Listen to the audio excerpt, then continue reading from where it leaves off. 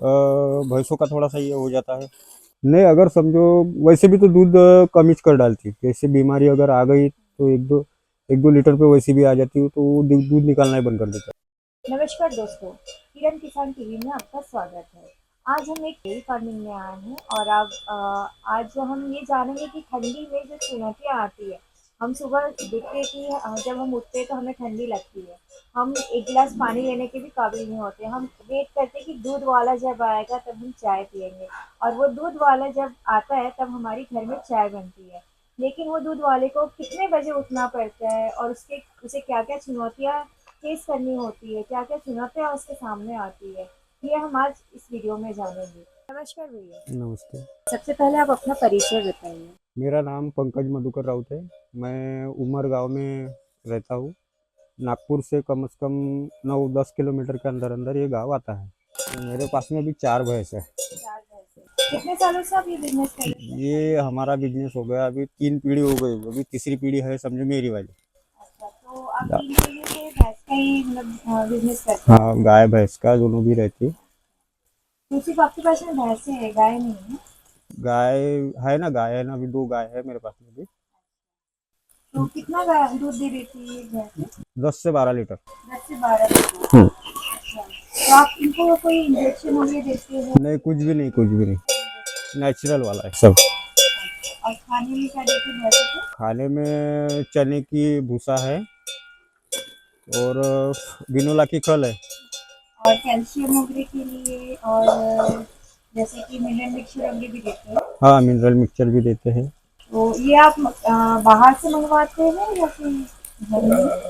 नहीं, बाहर से ही आता है ये सब। तो खाली हमारे यहाँ पे भूसा निकलता है खेत से।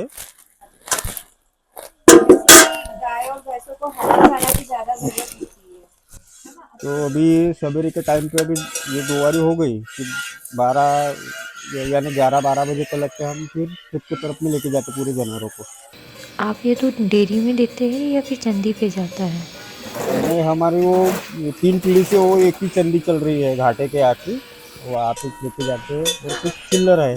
दोनों टाइम का मिलाकर कितना दूध हो जाता है रोज का? कुल मिला के 50 लीटर दूध रोज का बन जाता है हमारा। एक दिन का खर्चा समझ लो 1500-2000 तक के चला जाता है और हमारे को बचते हैं समझो 500-700 रुपये बच जाते हैं। आपने जैसे कहा कि ये बिजनेस आपका मतलब पुश्तैनी है, जैसे कि आप पहले से करते आ रहे, तो ये अभी आप जो कर रहे हो वो इंटरेस्ट से कर। नहीं, अपने को भी कैसा वो पहले से ही इंटरेस्ट था इसमें, इसलिए अपन भी यही धंधे में उतर गए फिर। कौन कौन सी आपके पास में भैंस है? अभी मुर्रा की 2 भैंस है मेरे पास में, 2-3 भैंस है मुर्रा की और एक भैंस यानी क्रॉस इसमें है। कितनी भैंसें अभी दूध दे रही है और कितनी भैंसें अभी आपकी गब्बन है? दूध पे अभी 3 भैंस है और एक गब्बन भैंस है। अभी 1-2 दिन में वो भी ब्याह जाएंगी। सुबह आप कितने बजे उठते हैं उसके लिए? सुबह उठ जाते हम 6 बजे। जब सीजन बदलता है तो आपको कौन कौन सी चुनौतियाँ आती है सीजन बदलने पर? सीजन बदलने के टाइम पे जैसे अभी ये धूप काली के टाइम पे थोड़ा सा गर्मी वर्मी ज़्यादा बढ़ जाती है तो भैंसों का थोड़ा सा ये हो जाता है। गाय भैंस को बीमारियां होती है, हाँ, हाँ। तो इसके लिए आप क्या ट्रीटमेंट करते हैं इनकी? वो फिर हमारे यहाँ पे एक कलमना गाँव है नज़दीक में, वहाँ पे सरकारी डॉक्टर आते हैं, उनके पास से फिर ट्रीटमेंट करते हैं हम लोग। ऐसी कौन कौन सी बीमारी है जो गाय और भैंसों में देखी जाती है? नॉर्मली हमारे अभी मेरे ख्याल से अभी तो बीमारी कम है, लेकिन जब भी गाय ज़्यादा रहती थी तभी वो बीमारी का थोड़ा सा प्रमाण ज़्यादा रहता है, इसलिए भैंस पे ज़्यादा ये करते हैं। मतलब गाय की अपेक्षा भैंस कम बीमार पड़ती हाँ, गाय के इसमें भैंस बहुत कम बीमार पड़ती है। वही नॉर्मली बुखार वैसे ही रहता है 1-2 दिन का, लेकिन नॉर्मली भैंस में बहुत कम बीमारी होती है। कोई कहता है गाय का दूध अच्छा होता है, कोई कहता है भैंस का दूध अच्छा है, तो आपका क्या कहना है इसमें? वैसे देखा जाए तो पीने के लिए गाय का दूध अच्छा है और अगर समझो अपन जैसे पनीर ये है, पनीर बनाते हैं, कोई समझो दही लगाते हैं, कोई समझो मिठाई विठाई बनाते हैं, तो हमारे वो घाटे के यहाँ पे तो सब हर तरह की मिठाई बनती है वहाँ पे। नॉर्मली वहाँ पे भैंस का दूध ज़्यादा चलता है। यानी भैंस के दूध से सिर्फ पनीर और मिठाइयों के लिए यूज़ किया जाता है, ऐसा आपका कहना है? पनीर वगैरह के लिए भैंस का दूध अच्छा होता है, गाय के दूध में उतना पनीर नहीं उतरता ना। आपके भैंस के दूध का वेट कितना है? वो जाता कम से कम 8.5 के करीब करीब। जब भैंस बीमार होती है तो उनका जब हम दूध निकालते हैं, क्या आप बेचते हैं या नहीं बेचते हैं? नहीं, अगर समझो वैसे भी तो दूध कम ही कर डालती, जैसे बीमारी अगर आ गई तो 1-2 लीटर पे वैसे भी आ जाती है, तो वो दूध निकालना ही बंद कर देता था। निकालना बंद कर बंद देते कर हैं। देता था। नहीं, जैसे आपको जैसे एक नॉर्मली हम इंसानों को जब फीवर आता है तो हमारी बॉडी पे भी उसका इम्पैक्ट पड़ता है इंटरनली, वैसे ही जानवर का कैसा है?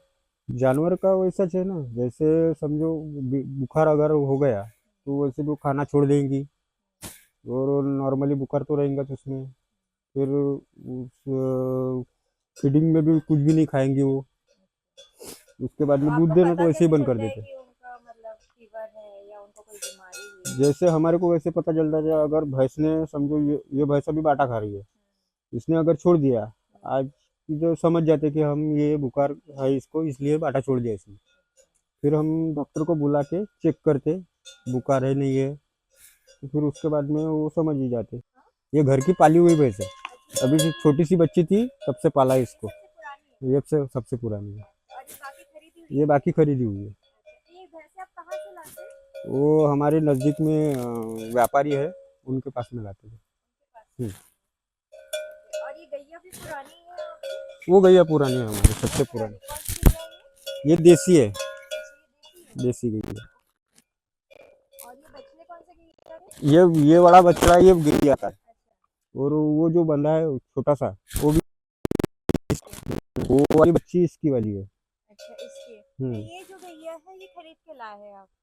हाँ, ये खरीद के लाए थे अभी, करीब मेरे ख्याल से 6-7 साल हो गए होंगे मेरे पास में है अभी ये। 6-7 साल से हम्म। आपके पास में। और ये गैया को ये हो गए 11-12 साल हो गए है तो। 11-12 साल से आपके पास। 11-12 साल सबसे पुरानी जो आपके सबसे। पिताजी के समय की ये गाय है, वो भूसा ही है पूरा पूरा भूसा ही है, तो ये सब गाय और भैंस के लिए। गाय और भैंस के लिए। अच्छा, कई लोग कहते हैं कि गिन्नी देते हैं, कई लोग है ना?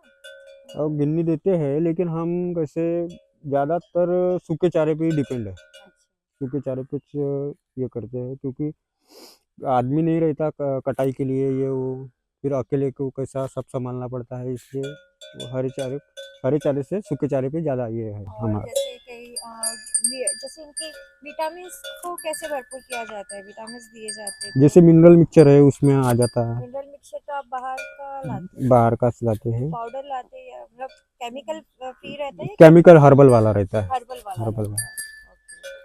ओके, तो उसका कितना खर्चा पड़ जाता है आपको साल भर में? साल भर में महीने का समझो 800-900 रुपये की बैग आती है वो, तो 9-10 हज़ार में आ जाता वो पूरा। 9-10 हज़ार में। न्यू न्यू वीडियोस देखने के लिए, फार्मिंग से कनेक्टेड रहने के लिए हमारे चैनल को लाइक एंड सब्सक्राइब करना ना भूलें।